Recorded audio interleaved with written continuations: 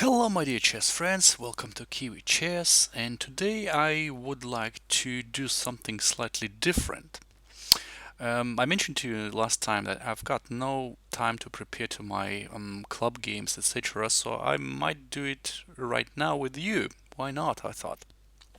What I will do is I will do the puzzles for like about half hour, just to warm up a little bit, and then I'll go to the analysis. I'll tell you that I've got a game tomorrow, and I know that there are three possible candidates for my next game. I know for sure that one of them is more likely to play against me. I'm playing white as to my colors, and I will show you how I personally kind of prepare. It's going to be really short. It's not really proper prepare or anything, but I'd like to show you how I do that. Right. So what say you? Okay. Um, Now I would, as I said, play some of the tactics first, just to prepare to that, and I would like to do the preparation afterwards. Right. Let's just jump into the position right forward. We'll see how it goes, and that will help us, as I said, warm up to meet our goals. Now, let's see what we've got here. I do see that we are down on material. We are one pawn short, and I see that black has got those two nice passers here. So if everything exchanged, I reckon we might be in trouble. But that said, I don't really see straightforward refutation. The enemy's knight is kind of slightly further to the position. I don't know if we could catch that or not. I don't think so. But there are some nice moves here. One of them is this check. One of the other checks is this one. What I urge you to do is, and myself first of all, to look at all of the possible checks first, because checks are much forced continuations, therefore they should be reviewed first, right? So there's this check, of course, but yeah, we're gonna be taken by the rook right forward, so I don't reckon it's a good idea. Now, this check here is interesting. What is possibly going to be played is this knight goes back to f6, therefore the king is protected, and we can also show kind of give him check here, but the king goes to g7, and in fact, well, actually you don't have to go to g7, sorry. So you have to go back there, and I cannot take on e7 because the king protects e7, the knight on f6 protects h7, so it's not that straightforward, right? Now, what can we do? Let's just verify this check here. This attacks h7, at the same time we're checking the king, and if king goes there, we're definitely taking on e7 with our rook with check. If it goes there, then we can take here simply with check, right? What then? I'm not quite sure, but look, it is looking not bad. We are taking the pawn, right? We're taking the king. Wherever the king goes, do we have any follow-up here? Maybe we do, maybe we don't. We don't know. From the perspective play, I would see like this pawn move forward, and actually I will take that idea. Maybe we should play that right forward. I'm not quite sure, but one of the possibilities there. I actually now I start to think that it's even better idea here. So let's just jump there. I go c5. If he takes, it's a bit stuff because we're gonna go to c6, and the pawn is not stoppable. Our knight is actually protecting all of the possible infiltration points there. So I think this is the move. In fact, that fits nicely to the whole picture here. And if he takes, we're just going c6, and the pawn is non-stoppable, right? So he can't really go anywhere, right? So he can't really go behind the pawn. He can't do anything unless he brings the knight in at some point. But then what we do, we still just continue with the pawn, right? So there is no possible way he could stop this pawn, right? So that's interesting. Now, but I think that actually is better than other moves that I've looked at. But I also like this move check here. However, that at the maximum allows us to win the h7 pawn, and that's about it, right? So the king goes away somewhere around here, and then yeah, the pawn takes. So I believe that's way too long, and it is not really promising as c5, immediate c5. So that's how I'm going to play now. Any other checks like this? In fact, this is also interesting, but if the king happened to go somewhere here or there, then I will checkmate him, right? So goes there, checkmate here, but he's not that stupid, so he's just gonna cover, right? So that does not it's not gonna bring me any luck here. So yeah, decided we're going there. So he takes, and let's just be a little bit careful here. So I believe I should just go with h6. That's gonna be my idea. If he goes there, I'm still continuing. If he goes that way, shall I take that or not? I probably would take, but then he takes. My pawn goes further, and I think he can't really stop that, can he? Yeah. Right, now I have expected that one, as you understand. And what do we do? Shall we take that, by the way, or not? Shall I just continue?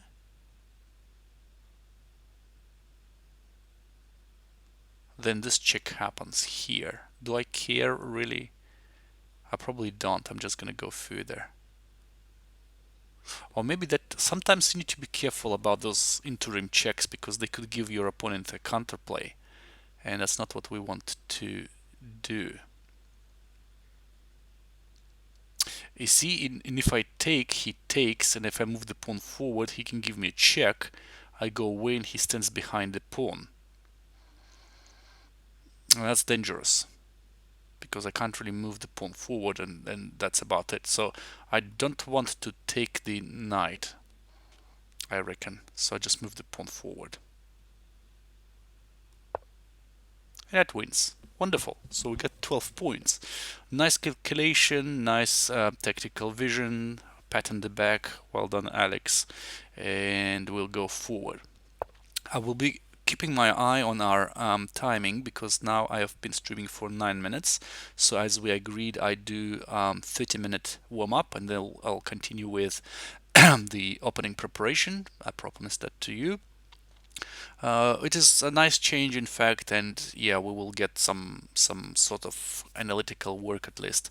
Not a deep one that we should do once you do the actual proper prepare to your opponents, but yeah, we will do something at least than nothing. Right, next, we've got here in a really bad position where we are missing a rook, and that's serious. In this types of position, in this type of positions, we need to be looking at attacking the king directly, right? Otherwise, yeah, we are losing material, and therefore we are going to lose the game. Noticeably, the white's queen can check me on b8, and for that I would need to go away, but maybe we've got some checks prior to that. And one of the checks is with the bishop. You can see straightforward that he can just cover with the bishop as well. I take with check, he takes, I take that rook, but looks like he's got those check, that check and that check, and I think I'm not gonna survive here. So we need to do something, try a little bit better. What else can we do? Can we threaten him somehow else? Surely this bishop here is prompt to a pin, in fact, and it's not only a pin, I'm threatening checkmate in one here. Can he defend against that? Possibly. Well, one of the moves I see, it's this one with the queen to d2, for example. Can I take the queen? Yes, I can, but the exchange is not our friend here, so we need to do something else. What else can we do? I actually can go to e2 instead. So now this queen move is not that helping, is it? No, it is still helping, of course, because I can't take him with check. He just follows up. All right, so what else have we got here? Sometimes maybe the rook sacrifice would work, but don't really doubt that in this case we've got anything like that. So taking here, taking, then what? Checking here. He can go there, he can go that way, and frankly, I don't see how I can deal with that situation. I can try and do this attack, so attacking the bishop, but he can simply take me, right? He can simply take me, but in this case I'm gonna give him check. He goes only to one place possible. I give him check and it's a checkmate. Good. We found one way which could lead to some advantage. If I go there, so he can't really take my bishop. What can he do then? He can give me a check here. Sure, I'm just going away and I'm still threatening to take him or give him check on g3. If he takes me here, checkmate in 1 on g2. If he doesn't take me, then tell me how he continues, because I went to h7 and simultaneously I'm attacking his queen, so queen must go. And if queen doesn't go, I'm just checkmating. If queen doesn't go, I'm taking the queen. If queen goes, we are checkmating on g2. So that's kind of powerful here. So if I go there, what happens then? Believe it or not, we've got another threat here which I didn't really see, but I see it now, which is good. So looks like queen to g4 is our answer. Can he defend somehow? If we goes there, I can first of all simply take here with check and checkmate on the next move, so that doesn't really work. And again, so if I go there, anyhow he can protect e2. Sure, let's just verify this this queen move on d2. What can that bring? That can bring a checkmate, because we give him a check on g3, he goes there, and we go into queen h3, checkmate. Surprise, surprise, this bishop is not really helping, it is pinned, so we can declare checkmate from h3, which is good. So that's how we should play probably. I've got at least not five, at least three variations in which we are getting advantage, namely winning. So why wouldn't we go there? Let's go there. Check, and well, I can't recover, so that's the only way I could go. So he takes here with check. Oh, actually, I needed to be careful. I didn't see that move, but I assume we could simply take, couldn't we? The queen is still under attack, and we are threatening check here, and then checkmating soonish. Any other way? Well, if I just deter that, it doesn't really help, does it? If I go that way, he can take here with check, so we have to take. And he takes here, that's a desperado move, and we are winning. Wonderful, 12 points for Gryffindor. Next, it doesn't really mean that I'm a Harry Potter fan. I haven't even read this book, but I just heard this always said. I don't even know what that means. Well, I do. It means that Gryffindor got 12 points. Anyways, so here we've got another interesting situation where our knight on d5 is under pin, really threatening avalanche of black pawns here, which go and probably queen at some point. What should we do? What should we do in this position? Any kind of direct attack here doesn't seem like that, does it? Any checks, any sacrifices don't really. No, I don't see anything, so they probably don't work. But let's just verify how it all goes. I will quickly glimpse into my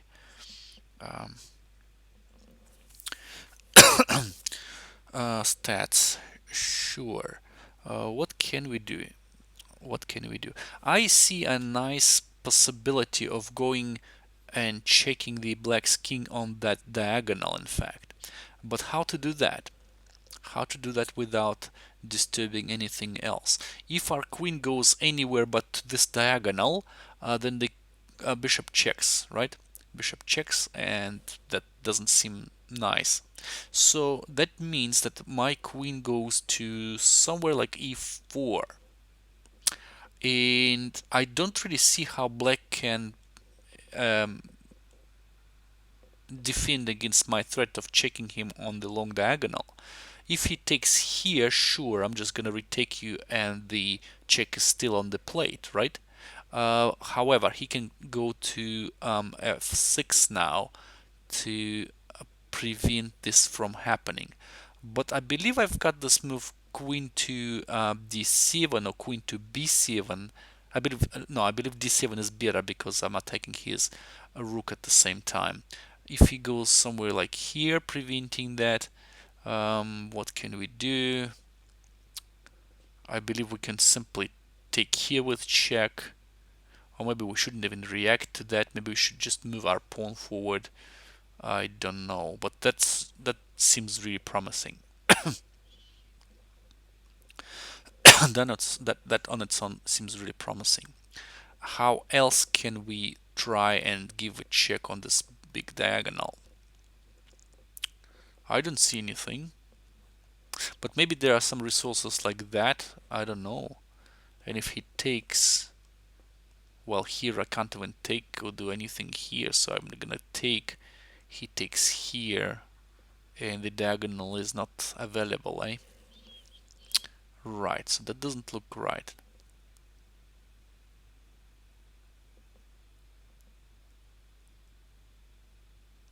So it looks like queen to e4 is the best move here.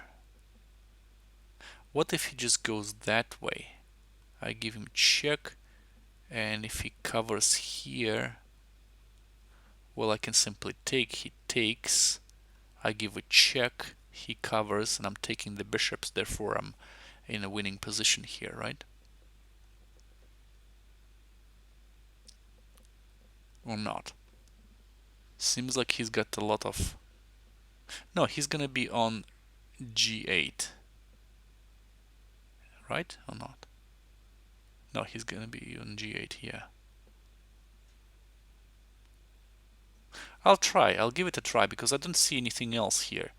Maybe I'm wrong, of course, but yeah, it seems like the queen retreat anywhere else but to that diagonal results in taking on d5 with check. So yeah, I'm gonna go there.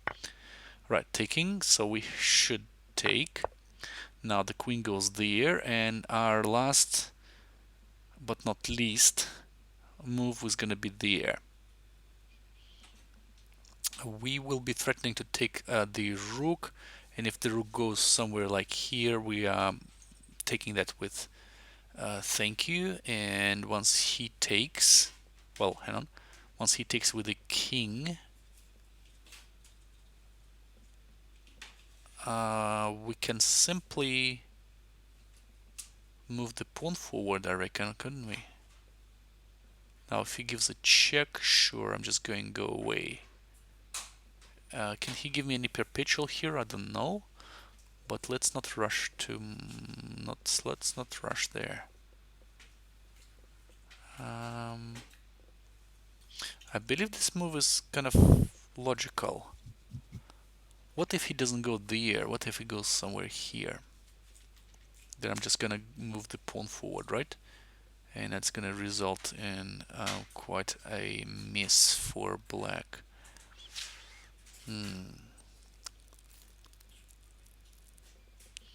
Well, apart from that, I don't know if queen to b7 is better, because we are not threatening here. At least I'm threatening the rook on e8 with tempo, so that should be responded somehow. And I think the best move is to go with the rook to g8. But what then?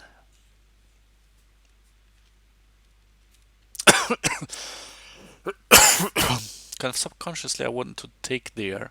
Once he takes, maybe I should just give him checks here or something. Or maybe he goes there, maybe I just move the pawn forward.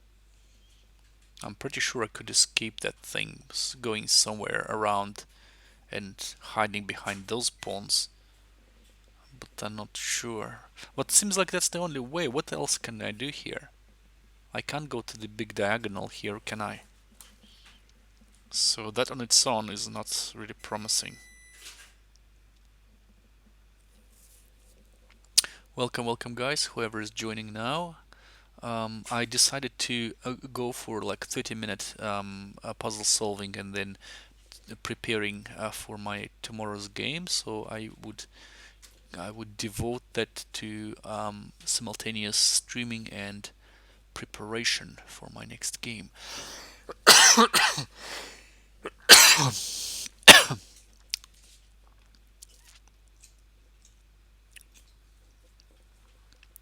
Right, so Queen to D7 seems the only way. I don't see anyhow else I could get there. Maybe I should just go with the rook somewhere or something, but yeah, no, I like my rook on G file because that creates the whole stuff there. Okay, I'll go there. And that's the end of the puzzle, in fact. Let's see what happens if he goes to G8.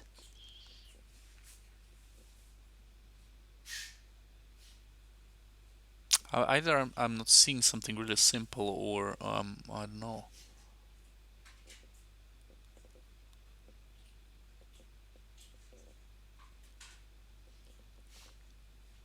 Shall I take or shall I not?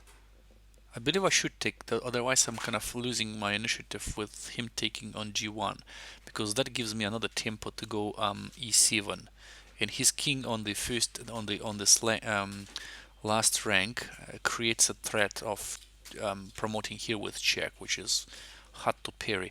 And I reckon that my king can actually escape all of these deadly checks, at least somewhere around here. Yeah, I don't see how he can, or maybe even here. I don't see how he can give me any checks further on. Yeah, I think that's the correct idea. So look, taking there, and maybe E7 right forward. If he gives me check here, sure, I'm gonna go on the light squares. Where else can he give me checks?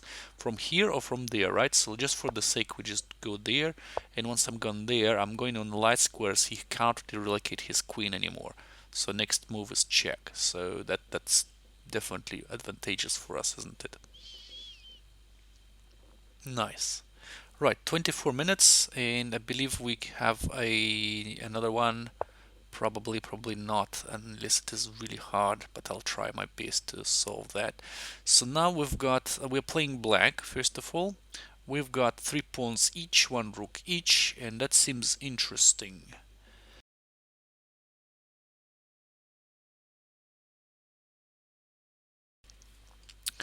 Alright, what can we do here? Let's estimate our possibilities. Um, can I stop that pawn? Probably yes, if I just go around maybe or something like that, but he can bridge that and prevent me from doing such a thing. I can take here with check right away, but it is, well, I'm not sure if it is a waste of time or not. It allows his king to come closer to his pawn, like, and then move another pawn. So maybe he can go there and then move the pawns straight forward. I'm not sure, but I also like the move of h4. Why? Because that is promoting the pawn and allows me to take here on g3. At the same time, his rook is a little bit far away from the whole battlefield here. If he tries to move the pawn forward instead, what can I do? I can take the pawn here. Say he moves there. I move here with check, so he needs to waste tempo. He goes away. Then I'm promoting. He's promoting, and it's still my move. That's why I kind of like that. Whereas if I take him here, he repositions his king, and then if I start to run my pawns, he's already winning this race because he's promoting first, and I can't even promote on h1. So it is definitely not in my favor. That's why I'm for move h4 here. It could be okay, could be wrong, I'm not sure, but it looks like taking here is not really moving our pawns forward. You need to look at the counter-attacking at the same time of moving your pawns, because pawns here is what is essential. And by the way, once I move my pawn and take here, I can always drop back with my rook and try to stop his pawn. It's not really gonna help if the pawn is already on a7 and he goes to b8 with the rook, but well, I don't know, maybe we could get there before. Let's calculate, because there's no way to go in there, go in there. taking here, going there. Okay, so that's not going to happen. I can't really stop this pawn with a rook. But who cares? We just go with a pawn, and it's a check, and that's where the king should be staying there. And once he goes away, well, I don't know where he's gonna go away because it is checks from any kind of side here afterwards. And by the way, once I promote here, I can also take his rook afterwards. So yeah, I'm gonna go there, guys.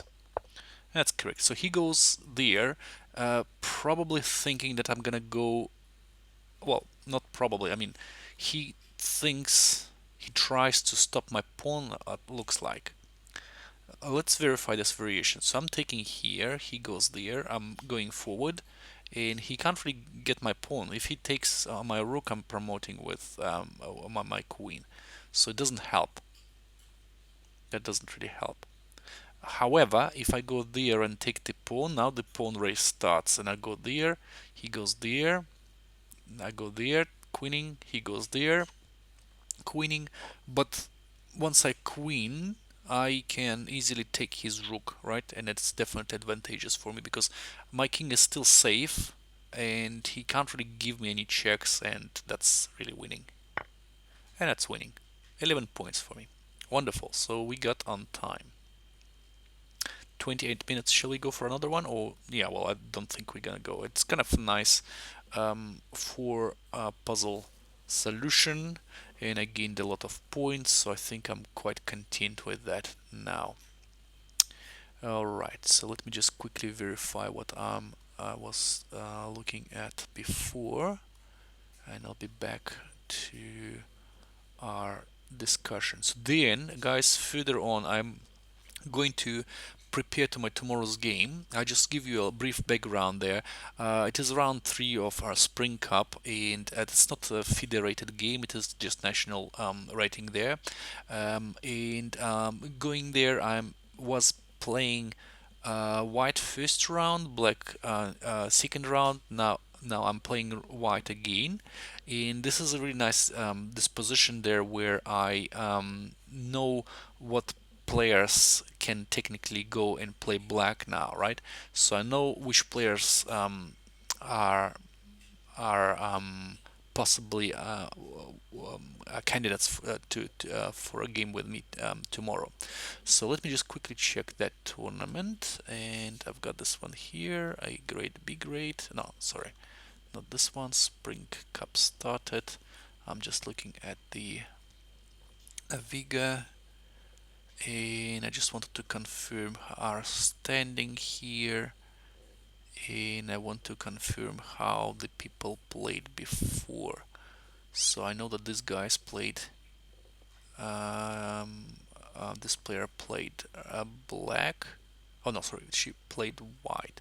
This guy played white as well, and there's our first candidates to my move. Oh, well, what am I doing? I'll just quickly go to the pairings and I'll see who played what. So this guy played white. Yes, this player played white.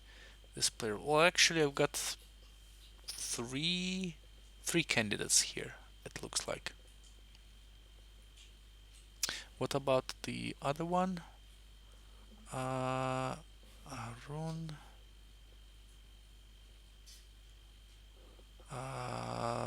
Pairings. Come on. Okay, yep.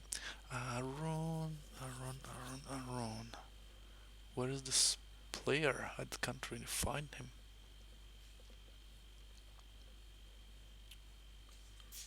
Just one last player. I needed to check the. Here we go. So he played black, therefore he's gonna play white. Right. So he's not. He cannot be my my potential counterpart. Right, so here, I know that once we've got 1, 2, 3, 4, 5, 6 players on the same score, so it looks like the first 3 play with the last 3, and it's just like first, it's the table is divided by 2, then first is going there, and it looks like I know who I'm going to play. But I need to prepare to others as well in case that there is any kind of shift or somebody is not playing or something. So I'll start with the very first one, first player that I know, and we play played quite a lot of games. I think we are currently standing on a kind of equal score. I played last game against this person and I lost, even though my preparation was quite deep there. But I've forgotten that preparation. Right. So if you look at my my board now, this is the board, and I'm going to move the pieces there, just telling you what I know about the opponent. Right, so how am I preparing against the opponents, especially if you play white? It is really hard once your opponent plays different openings. But here I know that my opponent plays essentially two openings, French mostly, and Caro-Kann defense. Lately he plays more Caro-Kann, but we will concentrate on French first. So once I'm playing French, I don't really go for anything spectacular there. I still think deep inside of me that French doesn't give black that much compensation, and black is technically going for defense right forward because of that bishop, right? It is dogmatic, I know, but it feels like that. I played French myself, and I know that, well, that's not really that well, the whole position of black is a little bit awkward unless you go for really sharp variations there. I know that many players like Grishuk and who was that, somebody else there was, gosh, I've forgotten the name, um, the one that was Hungarian and shifted to Romania. Gosh, I forgot his name. Rapport, and also Nepomniachtchi was playing, but it looks like the results are not really impressive in that opening. So my opponent used to play Winawer here, and that is a variation that was analyzed. If you believe me or not, it was just probably till move 30 or even 40, and it was said that, well, black has got equal game there. However, there's a lot of moves that black needs to, like, only moves that black needs to play in order to keep the position equal, and that's a really big advantage once you play against a person. Now let me just tell you one more thing here. um, um, Once I play some openings, somebody says sometimes, "Well, you know what? Anish Giri actually analyzed that, and why doesn't have that anything in there?" Or it was refuted by Anish Giri, so on and so forth, or by whoever the other person was there, Anish Giri and gosh, I'm hopeless with the names; they just fly away from my head at the moment. Um, Somebody else analytical. Either Wesley Soul, somebody else, I don't remember. But anyways, somebody analyzed that, and you know what? It's just not really good for that for the side that you play. Sure. Question is, are you Anish Giri? No. Do you remember his analysis? Because Anish probably spent hours, if not days, of just tracking this position in the computer and also analyzing that himself. So don't tell me that is not playable at the club level. Um, it's also kind of relevant to once you play any kind of gambits, Evans Gambit, King's Gambit. I played it myself. I played King's Gambit against players, right? So it is quite a lively position there, positions even there. In saying that it is wrong or refuted, well, sure, do that against me, right? So all this refutation stuff goes to a very deep level of the top grandmasters, which widely use computers and so on, and they sometimes miss. They say like, "Well, I've forgotten my analysis." Not your analysis. What? Don't flatter yourself. It is the computer analysis that you've forgotten. You put this position on the computer, racking it for a day or two, and then you looked at the analysis, also like pushing the wood yourself and seeing how it is all looking at. I don't deny that people like Anish Giri, etc., whoever works quite a lot on chess, the technical geniuses, and they know everything inside out. They could probably just have a grip of the position. But for our level guys, it is not really essential to know everything by heart. All these like crazy variations and so on. everything is playable as soon as you want to play the position. Okay, I'm not talking about something that is utterly bad, even though some people play that as well, like a way of trolling others and so on. But that's what I'm saying. If you get my idea, everything is playable. So if you want to surprise your opponent, play something, and but play something that you know well. Therefore, you can get some advantage in that as a surprise effect. Okay, so I'm babbling too much again. I don't want to go off on a tangent too much, and that's why I'm just looking um, at my chat here. I see that people are watching, which means that it's quite interesting. I will rename this stream like the opening preparations and so on. So, my player played this move quite a lot of times, and I analyzed this position specifically to prepare to him. I didn't have a chance to play that first time when I was preparing, and then there was my second chance, and I blew it. So this is the typical whenever position here, which is played like thousands of times. And then my opponent went, I think, this way. I went strategically to the this position.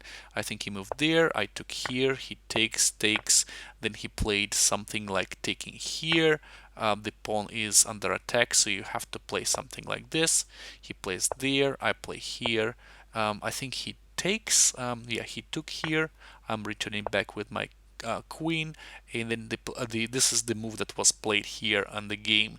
Usually, I will just show you. Well, that's the move in the game, but the main variation here is considered to be this one. And after this kind of takes here, takes here. There is a lot of theory, but believe me, it is all ending with the draw. Let me just quickly check if I recall how this position is played. I think it is there. You can't really take here because I'm gonna go there. It's gonna be really bad position for black, because black is technically missing a pawn, and then the idea is just to move the pawn forward. But I just don't remember. Just a second. That's another thing, right? I analyzed that, but I still don't remember that, which is appalling. I think this is the move, and then if he moves there, or he goes with the queen, I think. No, this way I can go in there. I think something like going there, because the pawn is gonna get sacrificed here. No, sorry, that's not the way. So I definitely that's the way, but I think he goes with the queen or something. I can go that way. He goes that way, something. No, I'm just embarrassing myself because I've forgotten the variation. But nevertheless, this variation goes long way. This pawn is gonna fall. Then the exchange happens here. I believe it's something like this, even this. Then I go away somewhere. Then he goes somewhere else or something. I remember that the queen is actually standing on f2. Then something is taken here, and so on. But okay, I just need to rewind a little bit. I need to look at this position again because that was of certain analysis. Let me just quickly grab that one. I apologize that I didn't prepare for that because I just suddenly decided to do that, but it is definitely in my preparation somewhere. So French defense, we never poison pawns. And this is the position. And I played it many times, but let me just quickly check. So we're going to the variation with knight. Yep, going there, taking. Okay, so if not b7, then it goes to taking the. No, a second. c7, going there. Yep, queen goes there. Okay, so this is the position, and instead of that, he goes d4, and here we go. Takes. Bishop d7. Yes, that's correct. We're going rook to g1 in order to protect that because he's appearing here. Now we're going there. Knight goes that way, and we are returning here. Wonderful. That's what I remembered. Then the queen goes there. We are developing our bishop into here. Going there, queen d5. We're going bishop to e3. And then what happened next? What happened next? The bishop is taking. We retake that. And the rook takes here. We take here. Queen takes here. And then we go strangely bishop to e4, right? So there's no check, therefore queen should take the pawn. And here is the castling, and the overall position looks kind of equal, right? But black needs to make a lot of moves here to be able to get that equal, in fact. So obviously here, and then there's the exchange happening here. And then the queen goes there in order to harass the king a little bit. Then a6 is played. I think it is the best move here. And this position was going further. I'll just quickly check what was going there. So rook to g1, then check here, exchange, and this one seems equal. Right, we're threatening to get there with check, but the position is equal, right? So here we go, and it is move 27, well, nearly 30, of course. So look how deep the analysis is. There is some slight deviation there, which doesn't allow the queen exchange here. So if we simultaneously just look at the position and look at what the computer recommends. Computer recommends, yeah, I believe I remember that move, king to b1. In fact, it allows to check, but believe me, that's not really good, because if you look at the position, this move is actually losing, because yeah, well, this is the check here coming, and then another check here coming, and the rook is gonna go. So that's not a good move. And believe it or not, still black needs to avoid a lot of underground rocks in here. Okay, so just briefly, if you want to look into that thoroughly, just stop the video and just go there. So I wouldn't close my analysis here, because I know that I'm gonna need that for sure. But what I'm going to do is I'm just going to open my Twitch again. By some reason I closed that, and I'll go for another thing. So here we deviated, but my opponent played bishop to d7 here, and I also was prepared to that. So there was a little several replies here taking on c3, and that's the computer analysis here. Okay, another way to there's a lot of interesting continuations here. There is one rook to b1, for example, preventing the queen to appear on b6 in order to prevent like creating an attack here. There is another move, I think h4 right away and so on. But once you rack it on the computer says to you that the best move is to take on c3 actually. Okay, with either a queen or knight. So I decided to take that with a queen, right? And after that, interestingly, there's the move that is followed, which is knight to f5, and then I played, well, technically the best move here is knight to g3. I played this rook move to b1 just to make it slightly, more positional, and that's a wrong thing. Once you know the correct continuation, you should be playing that, not whatever you think is more reasonable from the positional play. It is a positional move here, it is totally fine, but the best continuation is to go with knight to g3. Okay, so that's the best continuation here, in fact. And if you look at the position, you can probably see, can you see the analysis here? No, you cannot really see the analysis here, unfortunately. But what I will do, I'll just switch to this big screen, and then I'll see everything here. Okay, it's quite better, I think, than whatever happened there. So a lot of different things, and well, I don't really trust this computer analysis at the moment, but you see it gives plus 0.6, which implies some advantage here for black. Okay, if he takes, we take, then maybe d4, maybe a rook to here, but overall I'm still keeping an extra pawn, right? And I've got two bishops as well. It is semantic, really. It is not really saying anything that I've got a winning position or anything, but it is a more pleasant way So more pleasant way of playing something. In saying pleasant, in this particular situation, it is not as it seems, because looks like black is totally developed. My pieces are all on the first rank apart from the queen, and you need to have an immense will to play this position in order to prove that you've got advantage. Okay, so that's how it is in real chess. And there is a lot of variations here, like when the king goes there to defend the pawn, then the knight goes, bishop goes there, another goes there or something, and rook goes there to prevent all this like checks. That's why, by the way, the rook stands on b1 to prevent this check from the queen once the king goes to f2, etc. A lot of nuances here, of course, a lot of little details.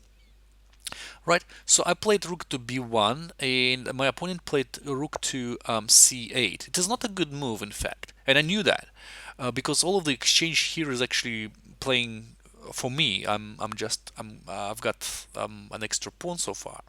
All right, so here once he played rook to c8, I had a thought, and I couldn't find the best move, in fact. A long thought, and let me just quickly get to the position, because believe me or not, I've forgotten what I was playing there.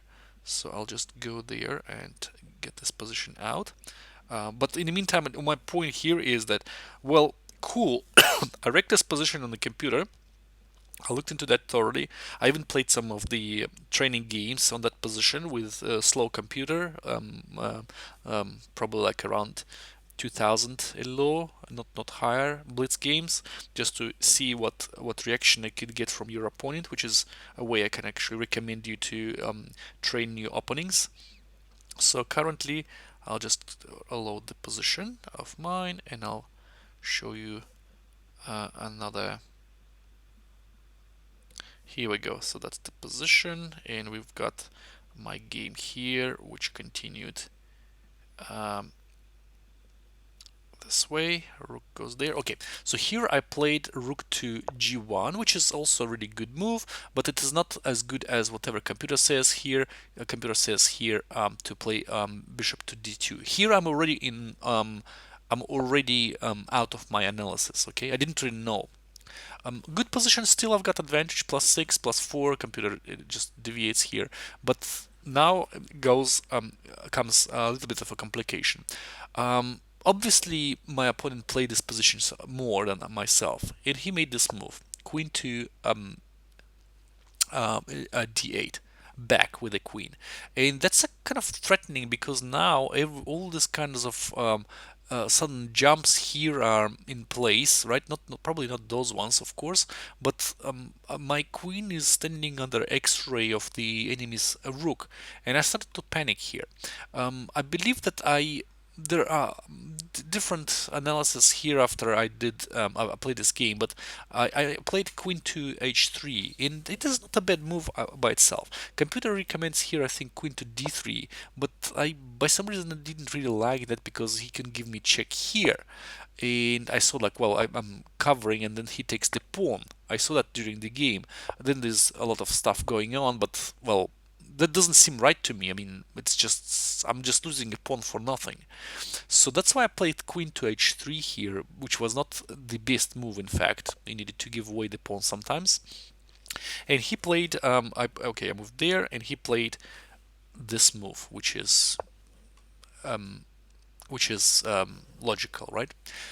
Now, my dilemma is my c2 pawn is gonna go, and I didn't really have any will to give that away. You look at the position now, and computer recommends to you just simply taking on d4, and that's a very logical move here. I don't know why I didn't play that. Why? Because once I'm taking here, my bishop goes up on the diagonal for my bishop, which can be developed. I can move the bishop to d3, by the way, so then when knight takes here, I'm just simply taking on c2, and then I'm gonna move my queen here as well, so that allows me to, or maybe I can even take the pawn on the b7 right away. So that allows me a lot of play.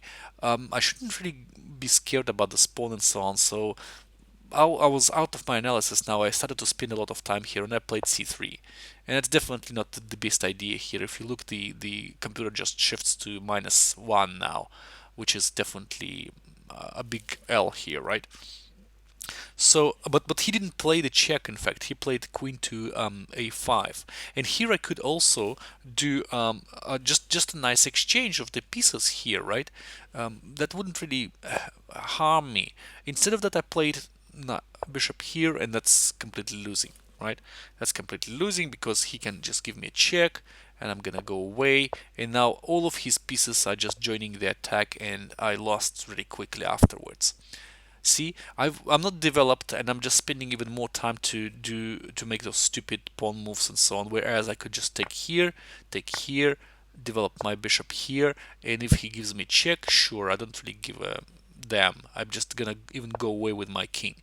If he takes, I don't really have to take here, so developing the rooks and so on, that gives me +4 +5, but the position is playable. I can even take here if I wanted, right? It gives like 0 0 0, but who cares? So the main point of that thing is that, well, once you play something that you studied, you need to play the most principal variations, because if you don't, what's the point of your preparation? I had a word from one grandmaster that used to play here from Australia, and he also looked at somebody's play, and he saw that the player actually deviated from the analysis, and he just, like, had this kind of giggle, saying like, well, once you prepared something, why wouldn't you play that? And that's even though it's kind of sounds really simple, but it's a really common situation where you say like, well, actually, what if I play this? Something that you didn't even prepare. No, that's wrong, wrong, wrong. Whatever you prepared, you should play no matter what, and that's the principal way of playing chess. Otherwise, what's this whole thing about? And so here, once I reach this position, I'm quite sure if I'm gonna play with this person again, he won't go for this variation because it's way too complex, and he might think like I might be prepared to that position. But who knows? Maybe he's forgotten that we played, and I don't know. Maybe he will still go to this position. So would I go there again? Sure, I would go there again, and I'm just gonna play the most principal ways here. Okay, so even this one goes I think queen to c4 and so on. Castling here is not really in black's favor because I can always try and exchange everything here. That my knight goes there, sorry, bishop goes to d3, and if he exchanges, yeah, I can even take here because I can threaten to take there. So a lot of things, and I'm definitely going to recall now what I was to play in this position and play that. Saying that, guys, I don't want to understand me like, well, we would just go for this kind of super complicated positions. For me, it was a matter of principle first, and second thing, I wanted to play that because I had this analysis from before. I wanted to check it on the opponent that I had been preparing it for, and what he could play here. And apparently, I was right. He was playing absolutely the same variation, which I didn't really. It was a Swiss tournament, so I didn't have chance to prepare because I didn't know whom I'm going to play against. And here again, I didn't, without any preparation, without refreshing my mind, I stuck in this position, the variation that I prepared before, and I couldn't really remember what was the correct analysis there. Okay, so here we go. Anish Giri, you're not. You always forget something, and yeah, that screws up your game. All right, so I'm prepared to go for this detailed game again, and I'll probably play something else now, but well, he might not even go there. So what if your opponent doesn't go there? Maybe he don't really want to play Winawer anymore. So what you should do? In this case, this is a common mistake, not a mistake, but a common fear of beginners, where you should learn too many variations of the same defense as white. And that kind of results in some of the players playing better as black because they know their defenses, they know how white can play, and you basically need to know only one specific road there of one defense and go along with that. Here is, by the way, is a lot of different ways to play. You can take here you can take here on e4. You can play knight f6 first, and then there's different variations here, going with e5 or going bishop to g5. The most common now is obviously this move. Even Marezevich was saying that after knight. Sorry, I will just turn off my computer. Pardon. After knight f6, the beast is e5, and then black is cramped, and the position requires extreme conscience. It's like cautious, being extremely caution, just going there and going away, and yeah, just goes there. It's a really long variation there with which is called Belislavsky variation as well, with queen to b6 and so on. But I'm not prepared to go for that deep, like this jungle of variations there. So I would probably play something more kind of more simple here. After that, I believe that the classical variations is fine. No, it doesn't give white that much of advantage, but still kind of pliable. So going there. By the way, there's another McKitchen variation here and so on. So still going e5 and so on. But after that he goes away, changing, going f4. Taking here, going f4. The position is quite interesting. So going there, well, cool. You go there, and the whole kind of position is that you can take here, then plant your knights here, go there. Before that, you can bring your bishop to d3 instead. But you can castle short side. There was one famous game. I believe it was Akiba Rubinstein against. Gosh, what was his name? I think Grigory Levenfish. If you are curious, you can check that. Where Rubinstein first showed this disposition of the bishop on g2, f4, g3, and the rook goes there, and he just smashed this guy off the board. And you can also castle alongside, in which you can just just exchange here and just try to go f5 or storm the king's side. Depends really, but that gives white quite a comfortable position. I mean, white doesn't really risk, and this kind of cramped position where your knight actually occupies d4 and black's bishop is like jammed by his own pawns is not kind of promising. That's why black needs quite a lot of effort there to create some of the attack there, or at least to get counter chances. All right, right. So that's how it all goes. Now, and you don't expect me to give you all the variations right now, but I'm just showing to you that you need to be prepared to different variations. Although I'm positive that the person I was playing against doesn't really go knight to f6. I need to check, but I don't think I've seen any games of him playing that move. Or if he played, it was really few of them. I need to check. I don't want to kind of fall into this kind of trap here, but I don't think he was playing that one. He was always playing the win-over variation. All right, so that's the first thing. That's my preparation. Now let's just go back and see if this opponent plays something else, namely like c6. Right, so I watched this player, and I noticed that after this kind of play here and there, he plays the very popular variation these days, which is knight f6, which is inviting you to take on f6. And this is also a thing that I kind of played before with one of the opponents. I think he is either taking with g pawn or taking with e pawn. I reckon he was taking with e pawn. I need to look at the last games to check what happens. But black has got really kind of nice position here. A lot of pawns on the king side, which doesn't allow to storm this fortress straight forward. And apart from that, black has got a lot of counter chances if white plays here to attack white. In fact, because all of the pieces can be developed and try to attack the enemy's namely white's king, if he chooses to castle short side. Long side is not really advisable because here is like black can create probably a better attack here. So the usual way is just if you go there, probably just going something like I believe it is just knight f3, right? If that goes, I think it is not too good. Maybe even going something not that, maybe just going c3 straightforward. I don't know. That's allows like black, well, what are you going to do here? And then we can just go maybe there, as it is usually played this way, queen there, and there's a lot of play afterwards. Okay, so I don't want to show you everything, of course, and I can't really.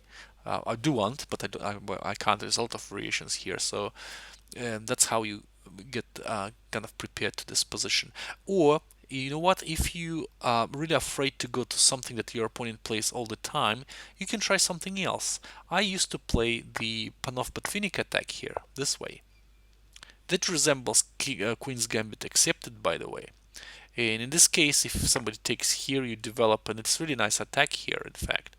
Well, not attack, but the position is really dynamic. Then your knight goes there, and you can create some of the attacks here too. So, if you want to surprise your opponent, you can play something else, of course. But it was proven that Panov-Botvinnik attack doesn't really give black that much. Okay. Sorry, white. It doesn't give white that much. Black equates there quite easily. So, but who says that your opponent will equate? Maybe he doesn't know how to equate. That's why it is worth trying something new, but something new that you know well, or at least you played and have some experience to play. All right. Apart from that, well, that's kind of variations there. And I didn't really know. I don't really know what my opponent plays apart from those two openings on e4.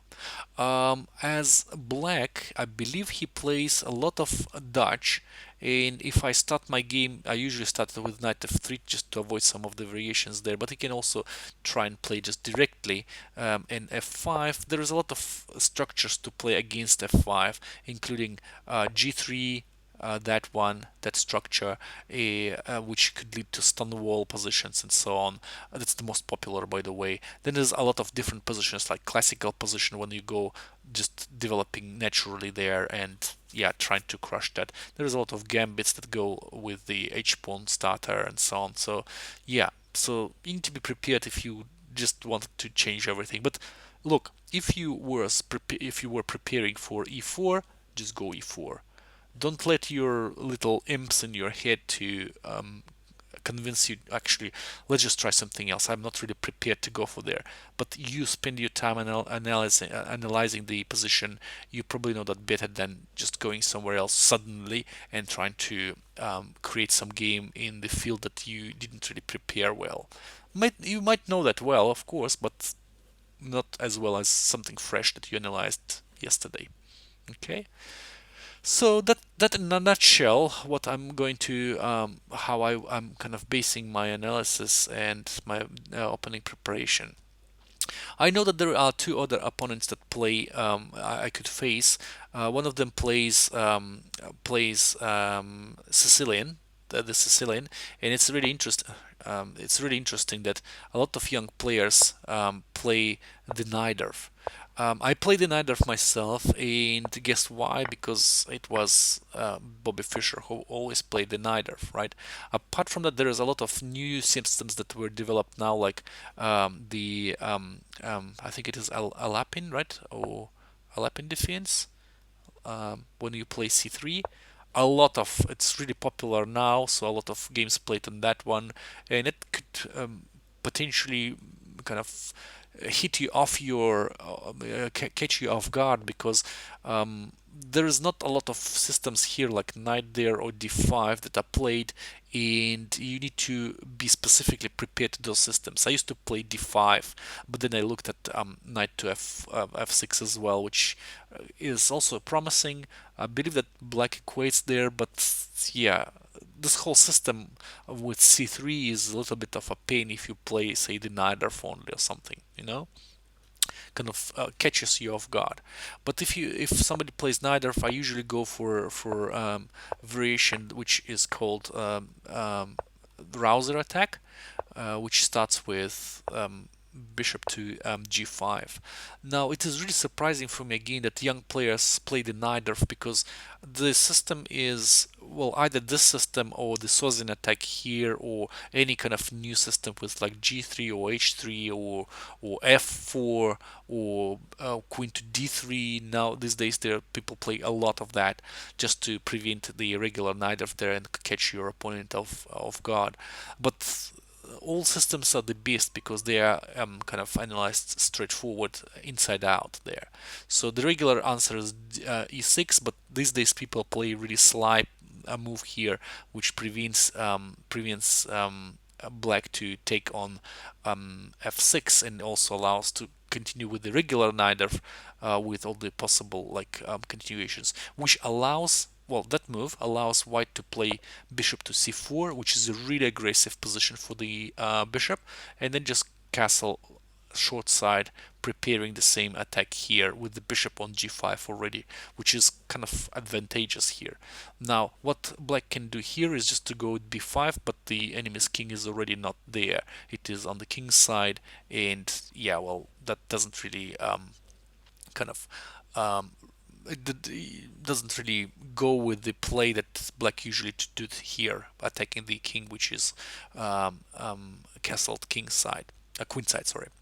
Now, but if we take that one aside, there is a lot of variations like this, which go with. There's Anish Giri who analyzed h6 here. There is another position where black plays queen to c7 here. There is another position where black tries to not to move his bishop from f8, kind of trying to save a tempo here, playing knight to d7 instead. The regular way here is bishop to e7. And after that, white continues this way, then queen to c7 just to prevent e5, then you castle, then this one moves there, and here is a lot of different variations like g4, bishop to d3, etc., in which there are some sharp sacrifices on d5, which I played quite a lot. And with this move, I believe that there is a lot of theory now, which kind of says that black is okay here, but hey, it is always harder to defend an attack, and there's a lot of possibilities of attack here, by the way. So here we go. I just played this variation, and this was really successful, unless somebody wants to really prepare to that and play against me. But there is a lot of interesting sacrifices there and so on for white, so yeah, that will be really challenging for black. What else? And I know that this person who I was playing against also plays some of the Caro-Kann and I believe just e5, but I'm not quite sure. I need to verify the stuff.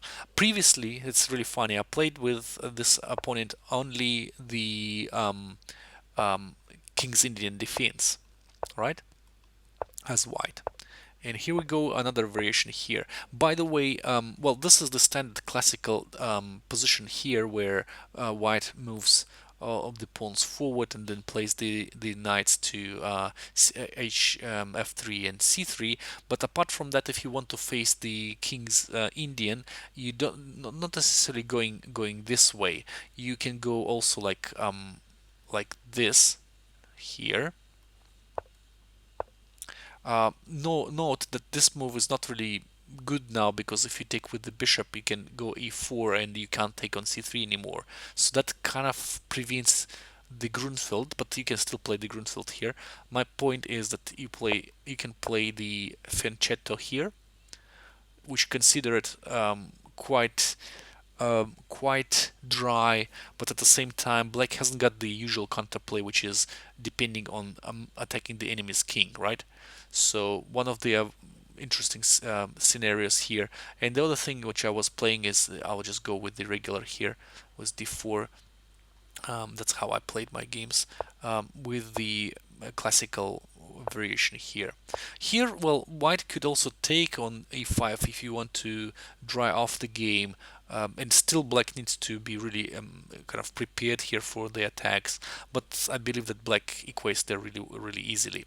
So in this case, we were always playing this Taimanov variation, or it's Aronin Taimanov variation, I believe, or Mar del Plata variation. I don't remember exactly where it starts, but I mean, from which move this variation starts. But it is called Mar del Plata in the Western literature. So it goes this way, and then there's a lot of different plays here. I was always kind of wanting to try something new here, and I probably will. There is really nice move that Kramnik actually developed here. Not the move, of course, but it's called the bayonet attack, which allows you to push c5 and so on. But black can get some advantage on the king side instead. And there's also variations that are related to the knight e1 variation, and there are two of them. I played right forward there and the bishop there, but there's also a really interesting variation that I also played, which goes f3, then bishop to e3, and then if the pawn goes to f4, you drop your bishop to f2, which supports the c5 attack, and then taking, and then you can go and attack a7 pawn at some point and so on. Bishop here on this diagonal is sometimes a vulnerable thing, because black can also attack, and then this bishop here is going to be a thing that allows black to sacrifice the pawn sometimes and develop the attack, because it couldn't really go to that many places. But Viktor Korchnoi played a lot of those that games with the variation with the I'll just show you. So it goes this way. Then you go there, f5, f3, f4, and you drop your bishop there. The knight goes there and attacks. But black can, as I said, prepare the attack here. But there was a lot of games that Korchnoi played, and they were quite successful. So again, on our club level, that's probably really fine for white, right? And last but not least, there are other variations that say Taimanov was playing, and also Korchnoi was playing before, with knight d2, and then it also goes this way, then knight goes there, and so on. So there's a lot of variations for white here, and black still needs to find some compensation, because it is actually not that straightforward as you thought when you started to play King's Indian as black, because what beginners like in Queen's Indian, it is the possibility to attack despite of the white's superiority on the queen's side. It allows you to just perform the king's attack right forward. Sometimes it is sacrifices here, and you're still attacking the king, which is much more important than gaining some advantage or even sacrificing material on the queen side. You know what I mean, right? It is always easier to develop attack than defend. But if white knows what he's doing and defending, black is in trouble here. There's no straightforward attacking here. I know that I myself played it as white, and I got under enemy's attack quite a lot of time, but then you analyze and you say, like, well, you are just, balloon head. You shouldn't be playing this way.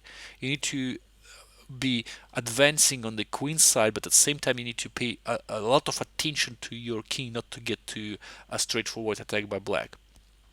A lot of prophylaxis is required to prevent the black attack here. But if you do, and it is how you should do that, then your advantage on the queen side just says its word. Okay, you're smashing your opponent off the board. So that's how it all goes, and it's a really interesting dispute. I don't know if I'm gonna repeat it again or not against this player. I probably should. I don't know. It's just principal idea that you always go by your line and try your opponent to refute you to. It's always kind of interesting theoretical discussion once you play this way. But saying that, you shouldn't remove the element of surprise and play something else instead once you even got really successful at some variation. Although I'm not really a fan of doing that. I usually play the variation until it's just until your opponent goes somewhere else because it is so successful. All right, and now I would like to look just quickly glimpse into the standing position, and this is another opponent actually I could play against tomorrow, but I'm not quite sure if I'm going to be paired against that player. But what I know, I didn't have a chance. Let me just quickly check if I had a chance to play. Um, that opponent. I think I did, but mostly like black by some reason. So let me check. Oh no, I played as white as well. Just one game. I knew I was, but let me see what I played. Okay, so there was Slav Defense played. Okay, resembling something like the Moran variation of some sort. But I got really, yeah, smashed off the board. Okay, so we will be preparing to that. I knew for sure that this opponent, the third one that I might play against, plays. Actually, it's really surprising how a lot of people play actual King's Gambit Decline these days, because, well, I don't know, maybe it is a popularity of the top players again or not, but this is kind of really common um, thing. And also, I noticed that a lot of white players are usually go for the exchange variation here, which is also really surprising. Because those days, like when Botvinnik played that, it was considered a really serious trouble for black. And even these days, I heard a lot of word from top players, which I keep contact with, that King's Gambit declined is on opening for masochists, because basically black hasn't got any active counterplay there, and you need to first kind of really push white, like hold white's attack, and then you might find some counterplay of yours, which usually is consists of going there on the king's flank and sorry, queen's flank, and then just going there with your pieces, so just trying to create some forepost on e4, for example, and so on.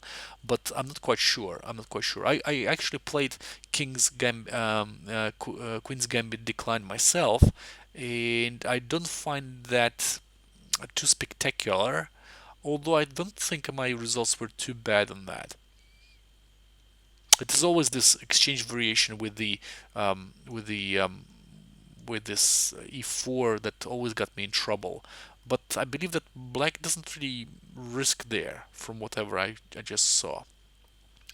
So that's another variation which I could potentially play against this player. I don't really know what this player plays as black on e4. I need to check. Probably c6 as well. It is incredibly popular now. Caro-Kann is incredibly popular these days because I believe that black has got really solid position there. But you need to be careful. Every single variation is kind of firing back at some point. All right. So that's briefly my, if you can even call it a preparation for tomorrow. But I mean that's just really laughable if you are talking about some serious preparation, in which you need to basically go and study that. I used to prepare for the game for about a week. I wouldn't be exaggerating, but for about a week. Not every day, of course, but whenever I've got time after work and so on, so I could just sit for an hour and analyze and just play some of the preparation games, etc. But yeah, well, that's how it should be. Right, you need to look at the variations where you saw your opponent playing, and you can try to find some of the preparation tricks there, maybe some refutations or improvement for the play, etc., etc. But be aware that your opponent can also look into those games and probably find some improvement too. Well, that's in a nutshell what I wanted to tell you today. I know it was not a lot of solving puzzles, but I did that in the very beginning and did that successfully because my brain was working fine.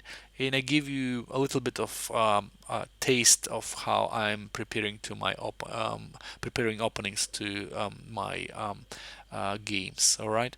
So you're welcome to ask me any questions if you wish. You can whisper here or just go to my Lichess account and ask me there. So I will be really glad to hear from you if you wish. I hope this was not too boring. I was babbling a lot, but that might um, help you prepare against your opponents opening wise. I can cover it in more depth how I used to analyze the games via chess base, etc. How I set up positions on the computer, and how I verify whether I should go here or there. But I don't know if it's gonna be of any kind of interest. Of the of my auditorium here, of my followers here. So if you've got any idea, you can always share. I would be really glad to hear from you. Okay. And by now, I just want to say, okay, that's probably it for today. Thank you for watching, and I will see you next week, probably either Wednesday or Thursday. All right. So thank you again. Thank you for everybody who was watching and will be watching. I will meet you soon. Take care. Bye bye, and see you later.